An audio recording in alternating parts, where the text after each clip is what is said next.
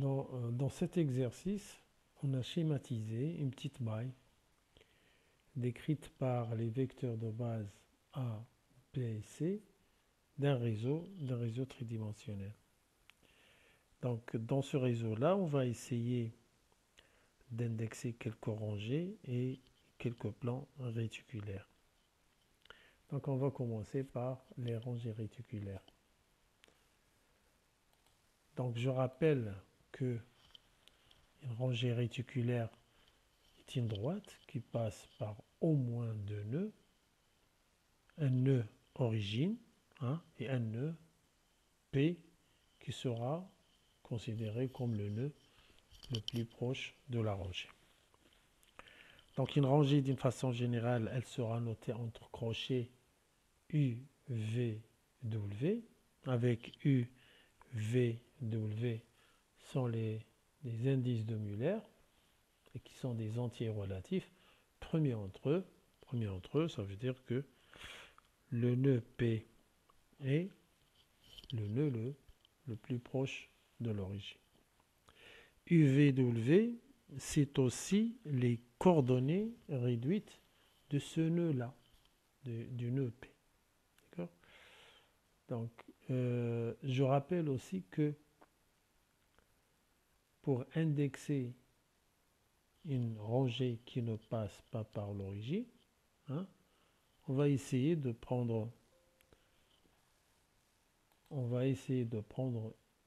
sur cette rangée-là, indexée, une nouvelle origine sur un nœud qui appartient à cette rangée-là, tout en gardant le trièdre direct. Donc on va essayer d'aller sur cette rangée-là qui ne passe pas par l'origine et prendre un nœud de cette rangée comme nouvelle origine tout en gardant le trièdre direct. Donc on va appliquer tout ça pour indexer ces rangées-là qu'on voit sur le schéma. D'ailleurs, il y a des rangées qui passent par l'origine. C'est le cas de R1, R2, puis R5. D'accord? Et il y a des rangées qui ne passent pas par l'origine. C'est le cas de R3 et R4. Donc, je commence par les rangées qui passent par l'origine. D'accord? Et je vais prendre la rangée R1. Donc, si je prends la rangée R1 ici, qu'est-ce que je vois? Je vois que c'est une rangée, une droite, qui est parallèle et confondue avec l'axe des X. D'accord? Confondue avec l'axe des X. Donc, l'origine, elle est là. D'accord? Le nœud le plus proche de cette origine, il est là. Il coïncide avec l'extrémité du vecteur A. Donc, OP, le vecteur OP, c'est OA. D'accord? Dans ce cas, le vecteur OP, c'est OA. Et représenter cette rangée-là revient à représenter le vecteur OP. Donc, OP, qui est généralement égal à UA plus VB plus WC, dans ce cas-là, il sera égal à 1A plus 0B plus 0C. Et la rangée, elle sera notée 1, 0, 0. Le même raisonnement, je vais l'appliquer à la rangée R2, qui est parallèle et confondue avec l'axe des Z. Donc, à partir de l'origine, le nœud le plus proche de l'origine, il est ici, le nœud P. Ce nœud-là, il va me donner le vecteur OP égal à petit c. D'accord? Le vecteur OP est égal à petit c. Et la rangée, elle sera notée 0, 0, parce qu'elle n'a pas de... Le U égale à 0 selon A et le V égale à 0 selon B. Donc il va rester 1C. Donc la rangée R2, c'est 0, 0, 1. Pour la rangée R5 qui passe par l'origine, si je suis le cheminement de cette rangée-là, je vois que le nœud le plus proche, il est là. Le nœud le plus proche, il est là. Le nœud P. Donc le vecteur OP, il sera égal à 2A plus 3B. 2A plus 3B. Bien sûr, 0C. Pourquoi? Parce que cette rangée-là, R5, elle se trouve, hein, elle se trouve dans le plan XY. D'accord? Donc, le vecteur OP, c'est 2A plus 3B, plus 0C si vous voulez. Donc, elle sera notée 2, 3 et 0. Entre crochets, bien sûr. 2, 3, 0. D'accord? Je passe maintenant aux deux rangées qui restent. Les rangées qui ne passent pas par l'origine. Donc, si je prends la rangée R3, si je commence par la rangée R3, je vois que elle passe par ce nœud-là et puis ce nœud-là. D'accord? Par ce nœud-là et ce nœud-là. Donc, j'ai deux possibilités pour choisir ma nouvelle origine. Soit sur le premier nœud, soit sur le deuxième. Sachez que le résultat sera le même. Hein, le résultat sera le même, à condition de prendre à chaque fois, hein, ou de garder à chaque fois le trièdre direct. D'accord? Le trièdre direct. Mais avant de faire ça, regardez, la rangée R3, elle coupe l'axe des Y et elle coupe l'axe des Z. Hein? Donc, elle se trouve dans le plan YZ. Elle se trouve dans le plan YZ. Pourquoi? Parce que elle coupe Y et elle coupe Z, tout simplement. Elle ne coupe pas X. Donc, elle se trouve dans le plan YZ. Et si vous regardez bien la face en arrière de la maille. Elle représente la diagonale de cette face-là. Hein? Parce que la face en arrière, c'est le plan YZ. Bon, ça c'est une petite parenthèse, peut-être on aura besoin de ça plus tard. D'accord? Donc, si je prends ce nœud-là comme origine, et je veux garder mon trièdre direct. J'aurai ici A, je reviens, j'aurai ici B, et j'aurai C en haut. C en haut. D'accord? C en haut. Donc, si je prends ça comme origine, le nœud le plus proche, c'est celui-là. Donc, pour aller à ce nœud-là, qu'est-ce que je fais? Qu'est-ce que je dois faire? Je dois faire un B moins C. N'oubliez pas que je suis dans le plan YZ, donc je ne parle pas X. X, il ne faut pas la citer. D'accord? Donc, pour arriver à ce nœud-là, je dois faire B, hein, moins C. Donc, B moins C, c'est là. Donc, la rangée, elle sera notée 0, 1, moins 1. 0, ça veut dire U égale à 0, V égale à 1, W est égal à moins 1. D'accord? Maintenant, si je prends l'origine ici, le nœud le plus proche, il est là. D'accord? Donc, si je prends l'origine ici, donc,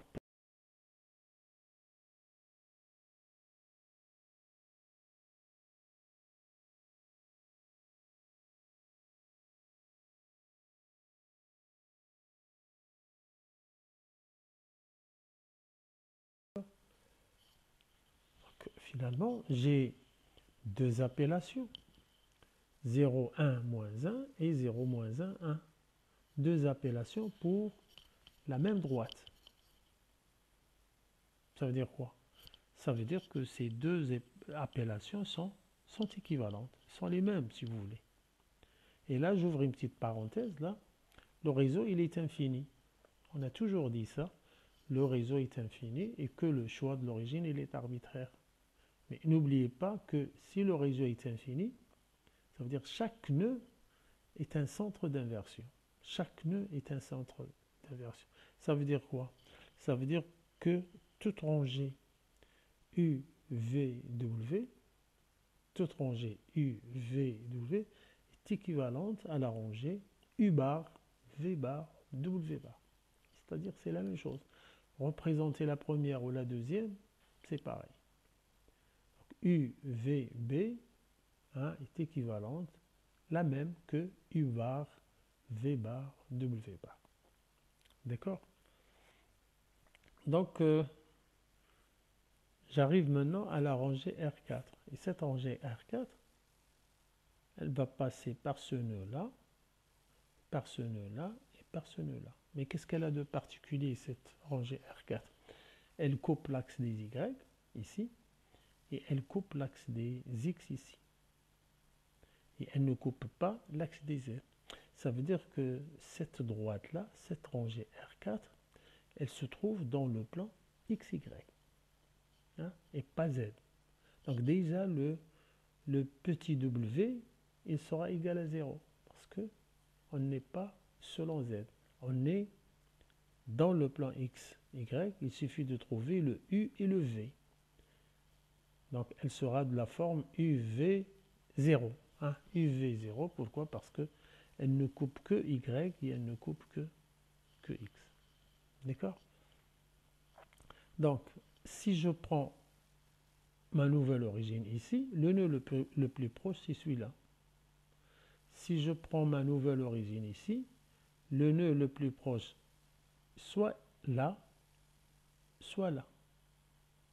D'accord? Si je prends ma nouvelle origine ici, le nœud le plus proche, c'est celui-là. D'accord? Vous allez voir. On va essayer de prendre rapidement l'origine sur les trois. Vous allez voir la différence. Si je prends l'origine ici, la nouvelle origine ici, le trièdre doit rester le même. Regardez, le trièdre en rouge. Donc ça c'est A, ça c'est B. Je ne m'intéresse pas à Z. Pourquoi? Parce que j'ai dit que R4, elle est dans le plan XY. Donc le petit W de selon Z égale à 0. Donc le A ici et le B ici. Donc pour arriver à ce nœud-là, qu'est-ce que je dois faire? Je dois faire A moins B. A moins B. Donc 1 moins 1. 1 moins 1. 1 moins 1, c'est là. D'accord? Si je prends l'origine ici, donc le nœud le plus proche, c'est celui-là ou celui-là. Donc je prends celui-là par exemple. Si l'origine elle est là, pour arriver à ce nœud-là ici, donc ce sera moins A plus B. Moins A plus B. Moins A plus B. Si je prends le nœud P ici, à partir de cette origine-là, ce sera A moins B. Ça veut dire 1 moins 1. 1 moins 1. Je reviens ici. Je trouve la même chose ici. Si je prends l'origine ici, le nœud le plus proche, c'est là. Pour arriver à ce nœud-là, à partir de cette origine-là, donc ce sera quoi? Moins A plus B. Moins A plus B. Donc je trouve toujours deux appellations. Deux appellations pour la même droite, R4. C'est exactement le cas de R3. Le même raisonnement. Donc ces deux appellations sont les mêmes. Pourquoi? Parce que deux appellations pour une seule droite, ça veut dire que les deux appellations sont équivalentes. D'accord? J'arrive maintenant au plan réticulaire. Dans le petit 2, on me demande d'indexer ou d'appeler le plan qui contient R3, ça veut dire la rangée verte, et qui est parallèle à R1. R1, on a vu que c'est l'axe X. D'accord? C'est l'axe des X. Donc, si le plan il est parallèle à X, donc le point de rencontre du plan avec l'axe des X n'existe pas. Donc, il est rejeté à l'infini. Et regardez R3. Je l'ai dit tout à l'heure. R3, elle coupe l'axe des Y au point Q, ici, tel que OQ est égal à B. Elle coupe l'axe des Z ici au point R, tel que OR égale à C, et puis elle va parallèle à R1, ça veut dire elle ne coupe pas l'axe, hein, elle ne coupe pas l'axe des X. Sachez que pour représenter un plan, hein, pour représenter un plan ou pour trouver les indices de Muller, il suffit d'avoir les 3 points de rencontre du plan avec le trièdre ABC. Donc le point d'intersection de plan, ça c'est le cas général, hein. Le point d'intersection du plan avec l'axe des X ou avec A sera noté P. Le point d'intersection du plan avec l'axe des Y, c'est Q. Et le point d'intersection du plan avec l'axe des Z, c'est R. Donc si je connais ces 3 points-là, ils vont me donner 3 vecteurs, OP, OQ, OR. Les longueurs de ces 3 vecteurs, si je les inverse, hein, je trouverai, hein, où je vais tomber tout de suite sur HKL. Donc H c'est A sur OP, K c'est B sur OQ et L c'est C sur OR. Donc j'applique ces définitions-là, hein, ces petites formules-là pour trouver ce plan-là. Donc OQ est égal à B, donc B, le petit k c'est B sur B c'est 1, OR c'est C, donc le petit L c'est 1, ça veut dire C sur C, hein. Et puis OP c'est l'infini, donc A sur l'infini c'est 0, donc le H est égal à 0. Hein? Le H est égal à 0. D'accord? Donc, ce plan-là, il sera désigné par 0, hein? H égale à 0. Pourquoi? Parce qu'il n'y a pas d'intersection avec l'axe des X. Le OP, il est parallèle à A. Ici, 1, parce que OQ égale à 1. D'accord? OQ égale à 1, donc petit k est égal à 1. La même chose ici. Petit l est égal à 1. Pourquoi? Parce que OR est égal à C. D'accord?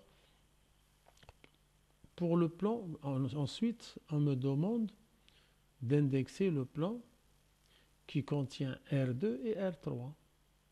R2 et R3. R2, qu'est-ce qu'on a dit pour R2? R3, pardon. Qu'est-ce qu'on a dit pour R3? R3, elle se trouve dans le plan YZ. D'accord? R3, elle se trouve dans le plan YZ. Pourquoi? Parce qu'elle coupe l'axe des Y ici et elle coupe l'axe des X ici, l'axe des Z ici. Donc c'est une droite qui se trouve dans le plan YZ. Et R2, ce n'est que l'axe Z. Finalement, mon plan qu'on me demande d'indexer, c'est le plan YZ. R3, elle est dans le plan YZ. R2, c'est l'axe Z. Donc le plan qu'on me demande d'indexer, c'est le plan YZ. Ce plan-là, il passe par l'origine. YZ passe par l'origine. Donc je ne peux pas l'indexer. Tout plan qui passe par l'origine, je ne peux pas l'indexer. Je ne peux indexer que le premier plan après l'origine. Donc le plan qui passe par l'origine YZ, il est schématisé ici dans la maille. Il est schématisé ici dans la maille par la face qui est en arrière. Hein? Attention, le plan il est infini, mais pour la maille, c'est la face en arrière. Donc ce plan-là, je ne peux pas l'indexer. Mais je peux indexer le premier plan après l'origine. Bien sûr, c'est un plan de la même famille. Si la face en arrière, elle passe par l'origine, la face en avant, ce sera le premier plan, hein, après l'origine et qui appartient à la même famille. Donc regardez le premier plan ici de la même famille. C'est la face en avant. Qu'est-ce qu'elle a de particulier? Elle coupe l'axe des X ici. elle coupe l'axe des x ici. Donc le vecteur OP est égal à 1. Le vecteur OP est égal à 1. Ça veut dire que petit h est égal... Non, pardon. Le vecteur OP est égal à A. Le vecteur OP est égal à A. Ça veut dire que h est égal à 1. D'accord? Pour chercher le point Q, je vois que ici, je suis parallèle à B. Je suis parallèle à B. Je suis parallèle à B, ça veut dire le OQ, hein, il est parallèle à B. S'il est parallèle à B, ça veut dire que petit k est égal à 0. Je reviens ici. La face là, ce côté-là, il est parallèle à C. Ça veut dire que OR, il est parallèle à C. Ça veut dire L égale à 0. D'accord? Et j'aurai 1, 0, 0, premier plan après l'origine. Donc cette face-là, regardez cette face-là, elle est parallèle à B, elle est parallèle à C. Quand vous avez OQ parallèle à B, ça veut dire le petit k égale à 0. Pourquoi? Parce que petit k, l'indice de Müller petit k est égal à B sur OQ. OQ tend vers l'infini, donc vous allez avoir 0. Le même raisonnement pour petit l qui est égal à C sur OR. OR tend vers l'infini, donc petit l est égal à 0. D'accord? Est égal à 0. On n'a qu'un seul point qui est défini, c'est le point OP égale à A, et ça va me donner petit a. D'accord? Par la suite, on me demande d'indexer le plan qui contient la rangée R4. Et je rappelle que cette rangée R4, elle coupe l'axe des X ici à 2A. Donc OP égale à 2A. Et là, elle coupe l'axe des Y ici à 2B. Donc OQ est égal à 2B. Et qu'est-ce qu'ils nous disent? Ce plan-là passe par le nœud 001. Le nœud 001, il est là. Donc OR est égal à C. D'accord? OR est égal à C. Donc H ici, H c'est A sur 2A, c'est 1 demi. Petit k, B sur 2B, c'est 1 demi. Petit l, c'est C sur C, c'est 1. Donc j'aurai H est égal à 1 demi, K est égal à 1 demi, 1, L est égal à 1. Donc les coefficients H et K, ils sont sous forme de fractions. Et nous, on a défini les indices de Müller comme étant des entiers relatifs premiers entre eux. Donc je ne vais pas laisser les fractions, je vais multiplier par 2. Donc 1 demi, si je multiplie par 2, ce sera 1. Pour le cas ici, 1 demi multiplié par 2, ça va me donner 1. Et pour le L, 1 ici, si je multiplie par 2, ça va me donner 2. Et le plan sera schématisé par 1, 1, 2. D'accord? Donc,